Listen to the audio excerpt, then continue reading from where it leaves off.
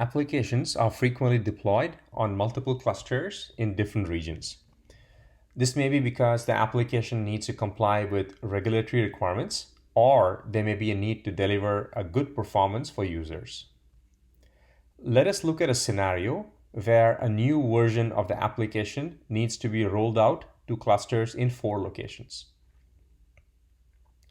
For multi-cluster application upgrades, Rafay implements a Canary-based strategy. The platform will automatically select a Canary cluster if the customer does not specify one. Once the application operating in the Canary cluster is upgraded successfully, the remaining clusters are automatically upgraded. Let us look at what this workflow looks like in the Rafay platform.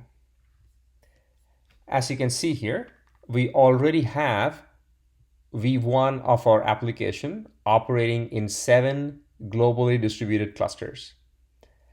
We have configured the platform to automatically pick a Canary.